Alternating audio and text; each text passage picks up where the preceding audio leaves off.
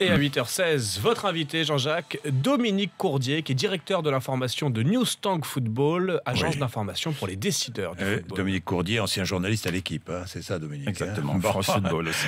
France Football, oui, évidemment. Tiens, j'ai un auditeur qui est fonctionnaire de police dans les Yvelines qui nous dit « Je trouve scandaleux de la part de la Fédération française de football que les licenciés n'aient pas eu un accès prioritaire pour assister au match, comme en 1998. » Eh bien, c'est-à-dire que, alors, la répartition des places, c'est un dossier très difficile. Les supporters de l'équipe de France avaient un accès prioritaire. Les licenciés, il faut savoir qu'il y en a 2 millions en France et qu'il y avait 2,5 millions de billets. Donc, c'est difficile. Et qu'il y a quelques étrangers qui aimeraient bien aussi assister au match. D'ailleurs, c'est l'UEFA qui a commercialisé cet euro. Entièrement. Alors, entièrement. Il faut savoir qu'à la grande différence de ce qui s'est passé en 98. En 98, pour la Coupe du Monde, la FIFA avait confié l'organisation à la France, à la Fédération française.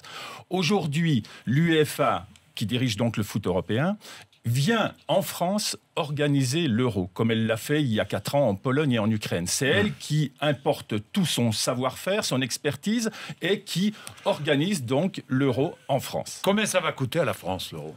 Alors, difficile, parce que le gouvernement français, les autorités, c'est-à-dire que nous fournissons les sites, les infrastructures, les services publics et le transport. Non, attends, les sites. Alors, on va jouer dans 10 stades. Oui. Les 10 stades, il y a eu pour environ 1,6 milliard de travaux.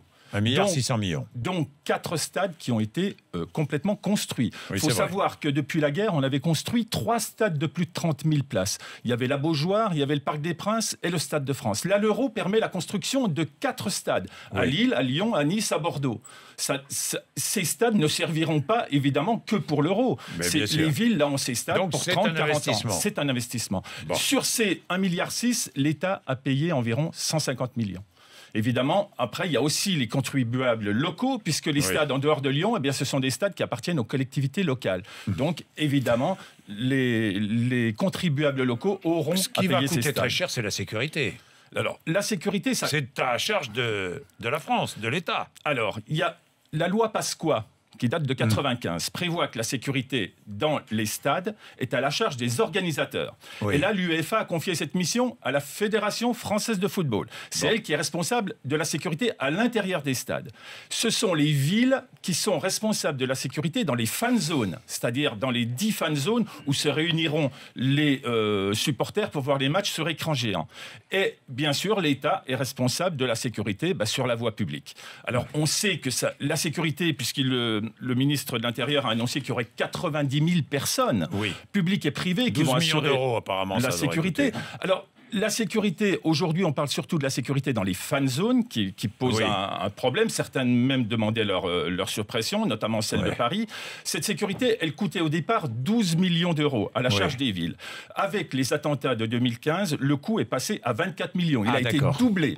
Mais sur ces 24 millions, sur ces 12 millions supplémentaires, l'État prend à sa charge 8 millions et l'UEFA prend à sa charge 4 millions. D'accord. L'UEFA qui assume toutes les responsabilités de la compétition. Alors voilà, elle organise complètement. Elle a créé une société en France qui s'appelle Euro 2016 SAS, qui appartient à 95% à l'UEFA et à 5% seulement à la Fédération française de football, présidée par Jacques Lambert, qui était déjà le directeur général du Mondial 98.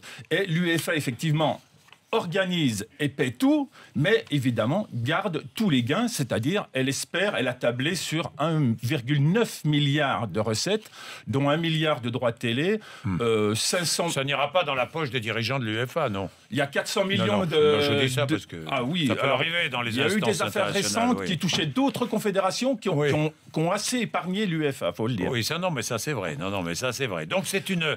on espère que ce sera un succès. L'UEFA espère évidemment que ce sera un succès, on est bien d'accord. Nous sommes souverains sur notre territoire, mais sans trop l'être, avec cette compétition. Eh bien, disons que là, c'est clairement l'UEFA qui est responsable et qui organise tout et qui décide. Il y a même eu, pour vous le dire, une frustration des employés d'Euro 2016 SAS qui travaillent à Paris, qui ont bien compris depuis le début qu'en réalité, tout se décide en Suisse.